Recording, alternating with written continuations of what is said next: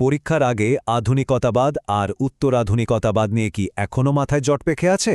কোনো চিন্তা নেই, চলুন এই দুটো জটিল ধারণাকে খুব সহজভাবে বুঝে নেওয়া যাক। সাহিত্যের ছাত্রছাত্রীদের কথা মাথায় রেখেই এই আলোচনাটা তৈরি করা হয়েছে। আমরা এখানে শুধু একটা উপমা ব্যবহার করেই পুরো বিষয়টা পরিষ্কার করে ফেলব। তো এই আলোচনায় আমরা কিভাবে এগোব? দেখুন, প্রথমে আমরা সেই ভাঙা আয়নার উপমাটা বুঝব। তারপর আধুনিকতাবাদ আর উত্তরাধুনিকতাবাদের গভীরে যাব, তাদের মূল পার্থক্যগুলো দেখব, আর সবশেষে পরীক্ষার জন্য সবকিছু একবারে ঝালিয়ে নেব। প্রশ্নটা শুনে একটু অদ্ভুত লাগছে, তাই না? কিন্তু এটাই কিন্তু আমাদের আলোচনার একদম কেন্দ্রবিন্দু। একবার ভাবুন তো, একটা সাধারণ ভাঙা আয়না কিভাবে দুটো বিশাল দার্শনিক আর শৈল্পিক আন্দোলনের মধ্যকার ফারাকটা ভরিয়ে দিতে পারে। এর উত্তর খোঁজার মধ্যেই কিন্তু আধুনিকতাবাদ আর উত্তরাধুনিকতাবাদের আসল রহস্যটা লুকিয়ে আছে। এই উক্তিটাই হলো সবকিছু বোঝার চাবিকাঠি। দুটো চিন্তাধারার মধ্যে এটাই হলো আসল পার্থক্য। একজন চাইছে ভাঙা আয়নার মধ্যে সেই আগের শৃঙ্খলা আর ঐক্য ফিরিয়ে আনতে, আর অন্যজন সেই ভাঙা টুকরোগুলোর বিশৃঙ্খলা আর বৈচিত্র্যকেই উপভোগ করছে। চলুন এই ধারণাটা মাথায় রেখে এবার একটু গভীরে যাওয়া যাক। আচ্ছা, তাহলে প্রথমে সেই শিল্পীদের কথা বলা যাক যারা ওই ভাঙা আয়নাটাকে জোড়া লাগাতে চেয়েছিলেন, মানে আধুনিকতাবাদীরা। তারা এই ভাঙা বিশৃঙ্খল পৃথিবীতে ঠিক কি খুঁজছিলেন? আধুনিকতাবাদের শুরুটা হয়েছিল ১৯ শতকের শেষের দিকে, বিশেষ করে প্রথম বিশ্বযুদ্ধের পর, যখন পুরো পৃথিবীটাই যেন একটা বিশাল ধাক্কা খেল। ঠিক এই সময়ে শিল্পীরা বিশ্বাস করতে শুরু করলেন যে যুক্তি, বিজ্ঞান আর প্রযুক্তির মাধ্যমেই এই ভাঙা পৃথিবীকে আবার সুন্দর করে গড়ে তোলা সম্ভব। তারা জীবনের সব বিশৃঙ্খলার আড়ালে একটা গভীর অর্থ বা ঐক্য খুঁজে পেতে চাইছিলেন। আধুনিকতাবাদীরা মূলত যুক্তি আর বিজ্ঞানে খুব বিশ্বাস করতেন। তাদের শিল্পকর্মে থাকত জীবনের গভীর অর্থ খোঁজার একটা খুব সিরিয়াস চেষ্টা।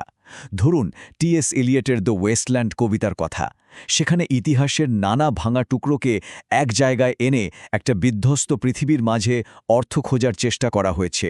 শিল্পীর নিজস্ব দৃষ্টিভঙ্গি আর একদম মৌলিক সৃষ্টির ওপর তারা খুব জোর দিতেন। সোজা কথায়, তারা ভাঙা আয়নার টুকরোগুলোকে নিখুঁতভাবে জোড়া লাগিয়ে একটা সম্পূর্ণ ছবি ফিরে পেতে চেয়েছিলেন। কিন্তু সবাই কি আয়নাটা জোড়া লাগাতে চেয়েছিল? না, একদমই না। এরপর এলো এমন একটা দল যারা সেই ভাঙা টুকরোগুলো নিয়েই রীতিমতো খেলা শুরু করে দিল। চলুন এবার উত্তর আধুনিকতাবাদের জগতে যাওয়া যাক, যা ছিল আধুনিকতাবাদের ধারণার বিরুদ্ধেই একটা প্রতিক্রিয়া। দ্বিতীয় বিশ্বযুদ্ধের পর মানুষের মনে একটা গভীর সংশয় তৈরি হয়। তারা আধুনিকতাবাদের সেই আদর্শ আর একটাই মাত্র সত্য এই ধারণাকে প্রশ্ন করতে শুরু করে। উত্তরাধুনিকতাবাদীরা বললেন, কোনো কিছুই আসলে ধ্রুব সত্যি নয়। তারা জীবনের অর্থহীনতা বা বিশৃঙ্খলাকে ভয় না পেয়ে সেটাকেই বরং উপভোগ করতে শুরু করলেন। এই বৈশিষ্ট্যগুলো দেখলেই বোঝা যায় তারা কতটা আলাদা ছিলেন। তারা মনে করতেন সত্য আপেক্ষিক। পুরনো শিল্পরীতিগুলোকে মিশিয়ে, কখনো বা ব্যঙ্গ করে তারা নতুন কিছু তৈরি করতেন, যেটাকে বলা হয় পাস্টিশ বা প্যারোডি। তাদের লেখায় প্রায়ই লেখক নিজেই বলে দিতেন যে এটা একটা গল্প, বাস্তব নয়। এটাই হলো মেটাফিকশন। তাদের বলার ধরনটাও ছিল বেশ সন্দিহান আর কৌতুকপূর্ণ। মানে ভাঙা আয়নার টুকরোগুলোতে যে হাজারটা প্রতিবিম্ব তৈরি হচ্ছে, সেটা দেখেই তারা বলতেন, আরে এইটাই তো আসল মজা। এতক্ষণে আমরা দুটো আন্দোলনের সঙ্গেই পরিচিত হয়ে গেলাম।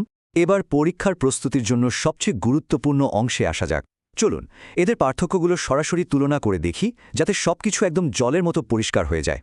এই টাইমলাইনটা দেখলে খুব ভালোভাবে বোঝা যায় কিভাবে বড় বড় ঐতিহাসিক ঘটনা মানুষের চিন্তাভাবনাকে বদলে দিয়েছে। যেমন প্রথম বিশ্বযুদ্ধের হতাশা থেকে আধুনিকতাবাদের জন্ম, ঠিক তেমনি দ্বিতীয় বিশ্বযুদ্ধের পরের গভীর সংশয়বাদ উত্তর আধুনিকতাবাদের পথ তৈরি করে দিয়েছিল। শিল্প যে সমাজ থেকে আলাদা কিছু নয়, এটা তারই প্রমাণ, তাই না? তাহলে মূল বিষয়টা হলো দৃষ্টিভঙ্গি। আধুনিকতাবাদীরা ছিলেন বেশ আশাবাদী। তারা বিশ্বাস করতেন যে সব সমস্যার সমাধান আছে আর জীবনের অর্থ খুঁজে পাওয়া সম্ভব। অন্যদিকে উত্তর আধুনিকতাবাদীরা ছিলেন খুবই সন্দেহপ্রবণ। তারা বলতেন, সত্যি কি কোনো নির্দিষ্ট উত্তর আছে, নাকি আমরাই আসলে নিজেদের মতো করে অর্থ তৈরি করি? তাদের শৈল্পিক লক্ষ্য ছিল একেবারে দুই মেরুর। আধুনিকতাবাদীরা চেয়েছিলেন একটা মাস্টারপিস তৈরি করতে, যা হবে সম্পূর্ণ নতুন, মৌলিক এবং একটা গভীর সত্যকে তুলে ধরবে। আর উত্তর আধুনিকতাবাদীরা, তারা পুরনো জিনিসপত্র নিয়ে কোলাজ বা পাস্টিশের মতো করে শিল্প তৈরি করতে ভালোবাসতেন। তারা কোনো একটা নির্দিষ্ট সত্যের দাবিই করতেন না। এই স্লাইডটা কিন্তু পরীক্ষার প্রস্তুতির জন্য খুব কাজের একটা জিনিস হতে পারে। এখানে এক নজরে দুটো আন্দোলনের প্রধান পার্থক্যগুলো, যেমন তাদের দৃষ্টিভঙ্গি, কাঠামো, লক্ষ্য আর শৈলী দেখানো হয়েছে। এই টেবিলটা মনে রাখলে মূল ধারণাগুলো বুঝতে অনেক সুবিধা হবে। চলুন শেষ করার আগে মূল বিষয়গুলো আরেকবার খুব তাড়াতাড়ি দেখে নিই। এই অংশটা শেষ মুহূর্তের রিভিশনের জন্য দারুণ কাজে দেবে। তাহলে মূল কথা কি দাঁড়ালো? আধুনিকতাবাদ খুঁজছে একটা গভীর অর্থ ও সত্য। আর উত্তর আধুনিকতাবাদ সেই অর্থ বা সত্যের অস্তিত্ব আছে কিনা তা নিয়েই প্রশ্ন তুলছে। শিল্পের দিক থেকে আধুনিকতাবাদীরা চেয়েছেন নতুন, মৌলিক আর গম্ভীর কিছু তৈরি করতে, যাকে বলা হয় উচ্চ শিল্প বা হাই আর্ট। অন্যদিকে উত্তর আধুনিকতাবাদীরা পুরনো শিল্পরীতি নিয়েই কৌতুক বা ব্যঙ্গের মাধ্যমে নিজেদের কথা বলছেন। এবং সবশেষে আমাদের সেই মূল উপমায় ফিরে আসি। আধুনিকতাবাদ সেই ভাঙা আয়নাটাকে জোড়া লাগাতে চায়, আর উত্তর আধুনিকতাবাদ সেই ভাঙ্গা টুকরোগুলো আর তার থেকে তৈরি হওয়া অসংখ্য প্রতিবিম্বকেই উদযাপন করে। তাহলে শেষ প্রশ্নটা কিন্তু থেকেই যাচ্ছে, এই ভাঙা পৃথিবীতে দাঁড়িয়ে কোন পথটা বেছে নেওয়া উচিত? আধুনিকতাবাদীদের মতো একটা নিখুঁত একক সত্যের সন্ধান করা, নাকি উত্তর আধুনিকতাবাদীদের মতো এই খণ্ডিত বিশ্বের অগণিত সম্ভাবনাকে গ্রহণ করা? এর উত্তর হয়তো প্রত্যেকের নিজস্ব শিল্পবোধ আর দর্শনের মধ্যেই লুকিয়ে আছে।